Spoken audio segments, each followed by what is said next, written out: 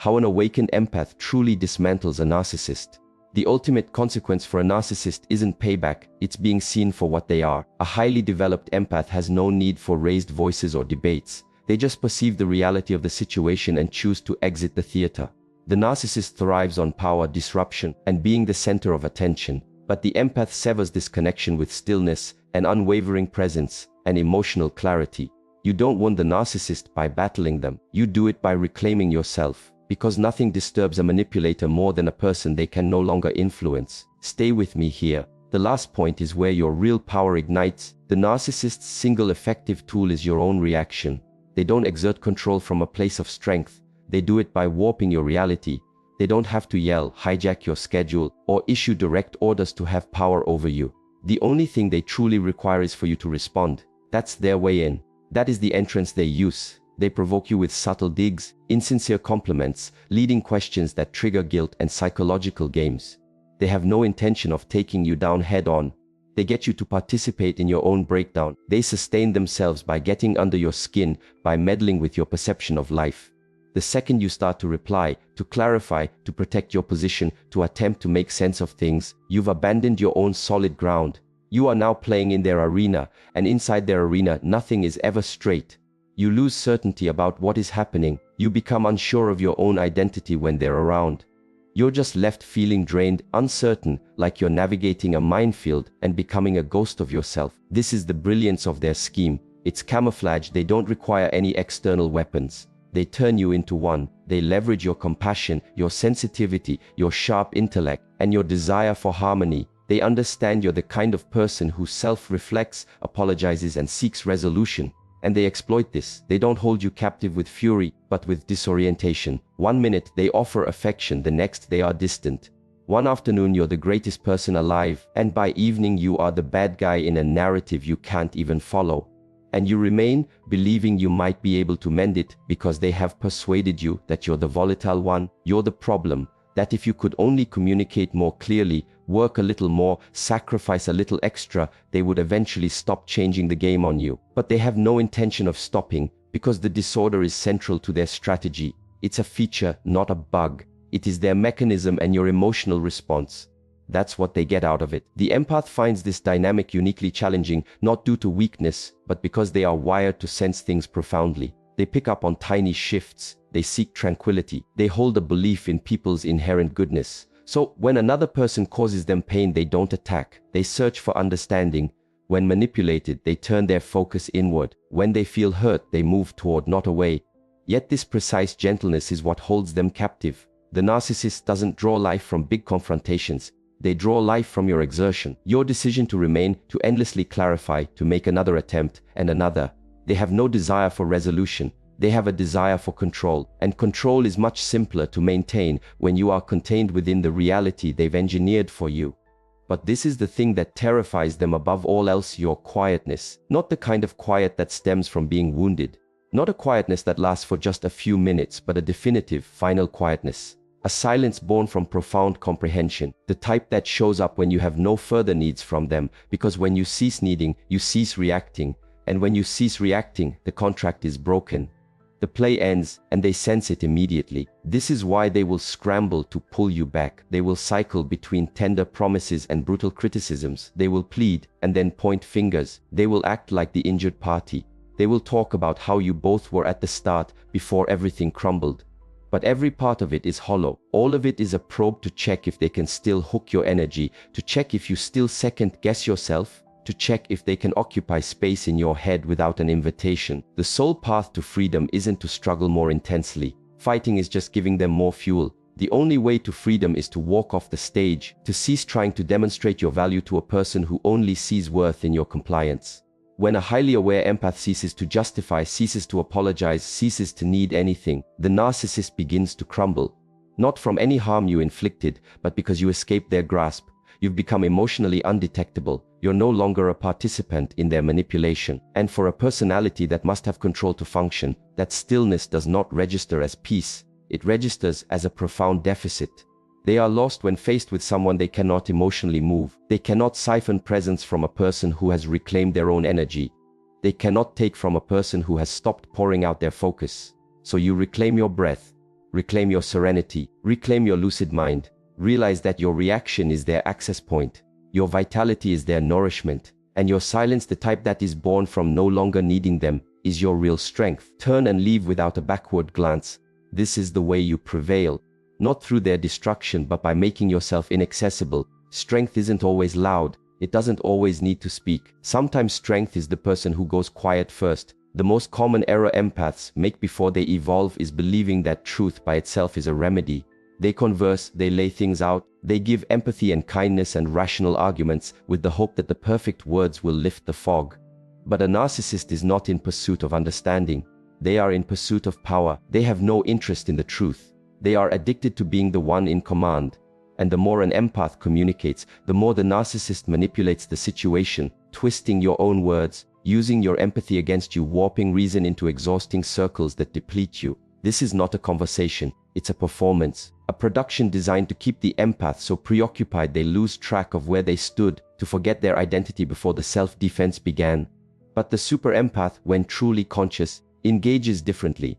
They stop justifying themselves not out of defeat but because they finally see with absolute clarity.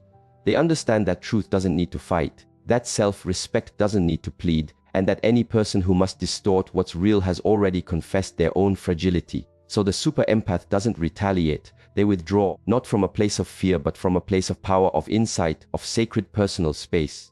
They transition from self-defense to simple observation, from debate to awareness, from reacting to being still. And that stillness is not passivity. It's not a silence born from being broken. It's a silence born from genuine self-control, because nothing dismantles a narcissist more quickly than the loss of your emotional feedback.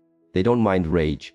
They welcome arguments. They are terrified of a void. They are terrified of the silence where their manufactured chaos used to reverberate. They are terrified of looking at themselves with no one left to fool or exploit.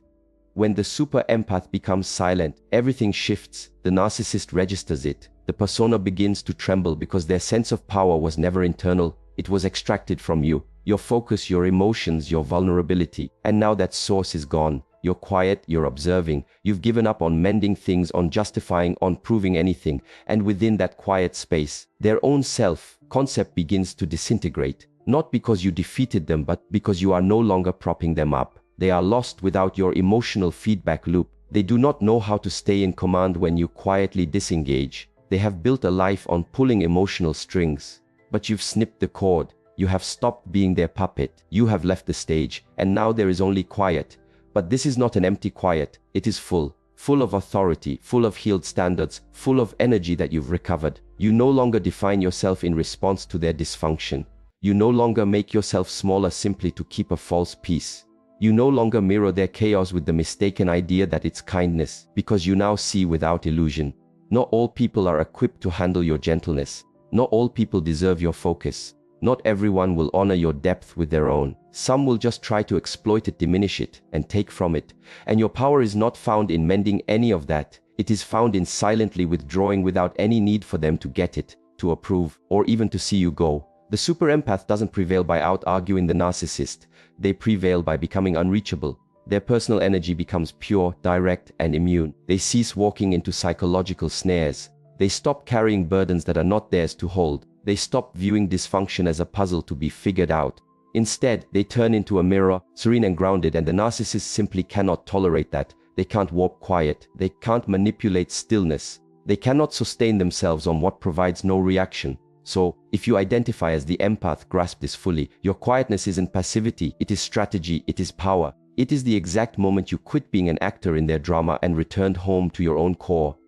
The moment you stopped being provoked, depleted, and fractured and became the one thing a narcissist cannot affect. Independent. Healthy limits are what truly shield the empath. A super empath has no plan for revenge. That idea doesn't even register in their mind after they have awakened. They possess no wish to mirror the narcissist's turmoil or struggle to make a point. Because when they fully step into their power, they realize a more profound truth. They have no need to bring down the narcissist. They only need to become unmessable with. They don't torch bridges out of fury. They construct boundaries out of deep self-knowledge, not reactive walls, not armor forged from anxiety, but solid, unshakable limits created from genuine self-respect. The kind of standards that don't need to shout, that don't quake, and that don't plead for validation. They simply are. And that silent strength alone signals the beginning of the narcissist's undoing. You have to understand, narcissists don't just control, they feed. They metabolize your gentleness, your grace, your need to clarify. It's all nourishment for them. Not because they wish to understand, but because they must have dominance. Your reactions, your feelings, your disorientation, this is their lifeblood. They aren't powered by affection. They run on a need for control, and to control, they require entry. But when a super empath evolves, when they cease being a medic for someone else's pain and begin to shield their own emotional system, that entry point vanishes. Not with yelling, not with drama, but with something infinitely more potent: silence fortified by clear rules. The empath once felt guilty for setting a boundary. They would shrink from saying no. They'd collapse under emotional coercion, believing that being compassionate meant tolerating anything. But after enough repetitions, enough betrayals, enough distorted nights spent questioning their own sanity, their inner system rewires, their spirit hardens. And then a realization lands with the force of a thunderclap. My energy is not owed to those who exploit it. That is the instant the dynamic changes. That is when the gate swings shut, not with resentment but with crystal clear vision. And when that gate closes, something deeply unsettling occurs on the far side. The narcissist finds themselves in isolation, alone with only the sound of their own inner noise, alone in a vacuum of control, alone in a tranquility they cannot disturb. They rap on the door and the empath is silent. They attempt to provoke and the empath remains still. They apply pressure and the empath holds firm. The very things they once used to control, your attention, your emotion, your space, are no longer available. And the quiet, it is not weak. It's not cold, it's consecrated, it is earned. It's the sound of a person returning home to their own being, their own time, their own breath, their own identity. And to the narcissist, that silence is not tranquility. It is famine, because this is the reality. Narcissists lack a stable core without someone to mirror them. They possess no solid internal sense of self. They are dependent on the reflection of others to see their own projected image. And when the empath withdraws that reflection, stops shouldering the emotional weight, stops contorting themselves to be understood, the narcissist begins to unravel. Not because you defeated them in a fight, but because the fight is over. The stage is bare. The show has concluded. And nothing is more shattering to a person obsessed with dominance than to be made irrelevant. Boundaries become the empath's actual power. Not barriers made of hurt, but foundations made of self-worth. Not a quiet intended to punish, but a quiet that arises from knowing the truth. The sort of quiet that communicates, I recognize you, I see what's happening, and I am no longer a part of it. That serenity drives the narcissist into a frenzy because they only know how to function in chaos.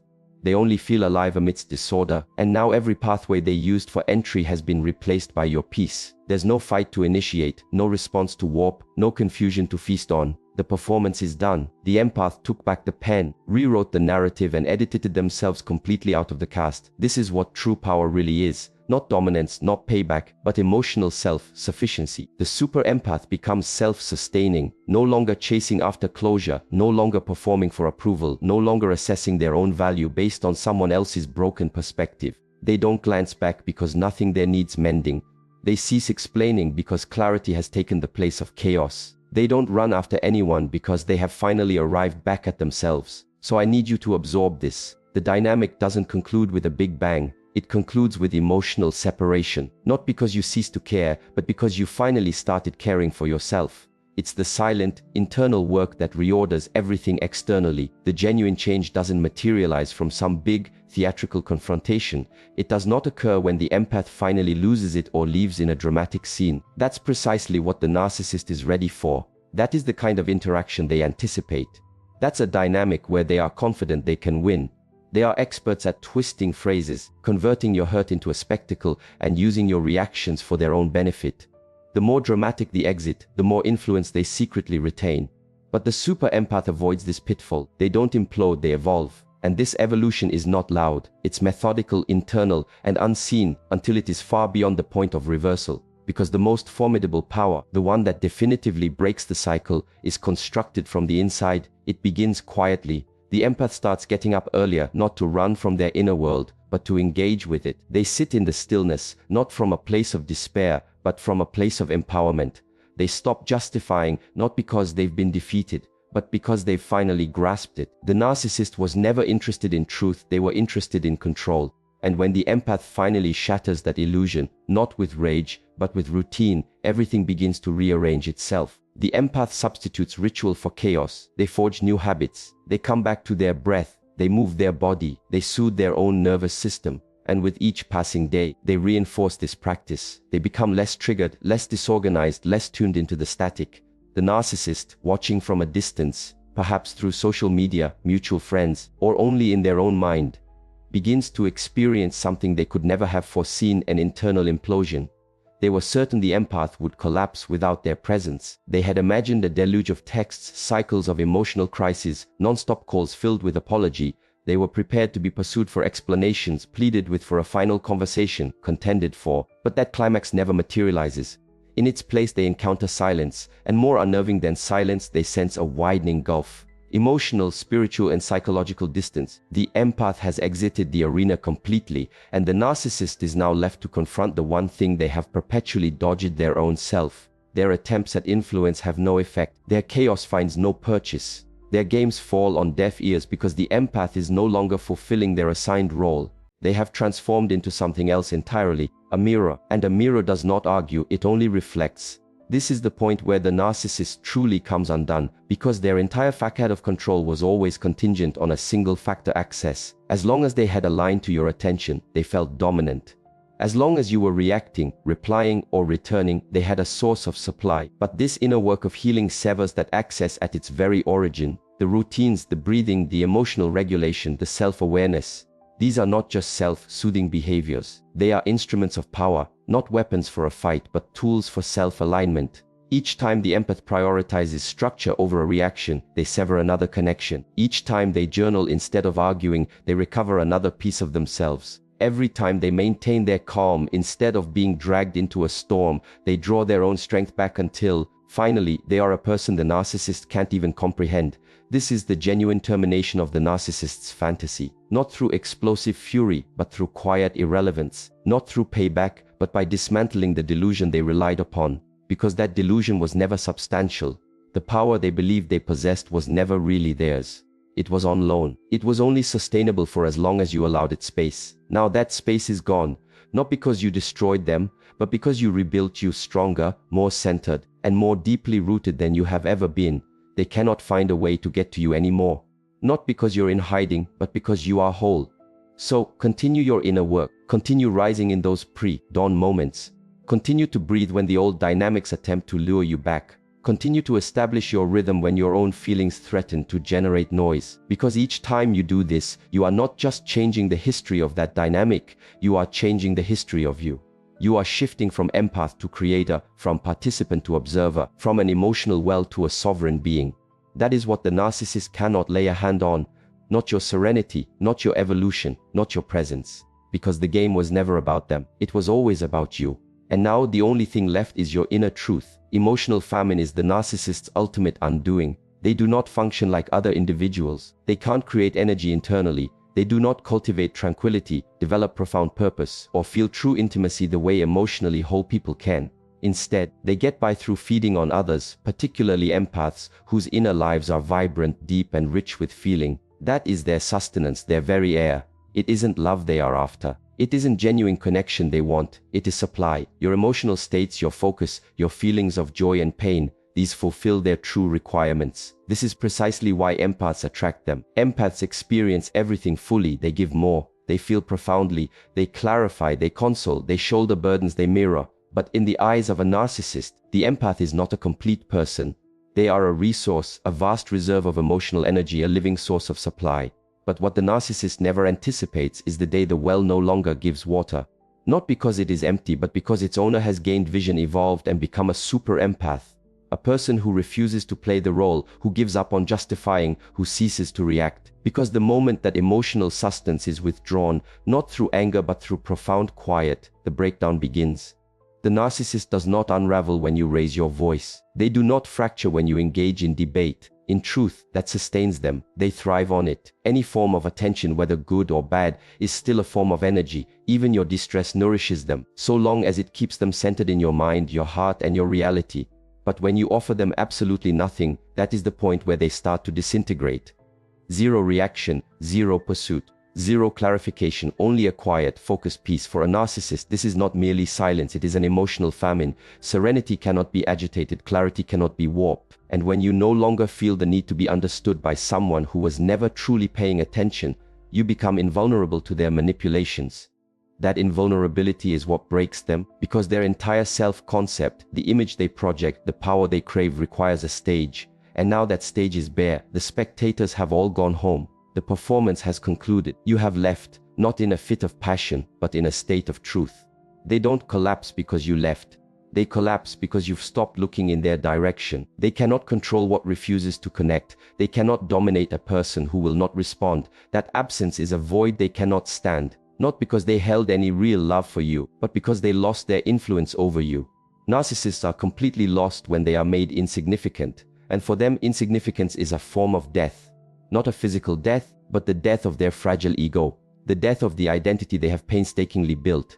They have navigated their entire existence by siphoning emotional oxygen from others. But now the flow has been cut off, the silence is unbreakable, the peace is authentic, and the manipulation is over. This is the true nature of emotional famine.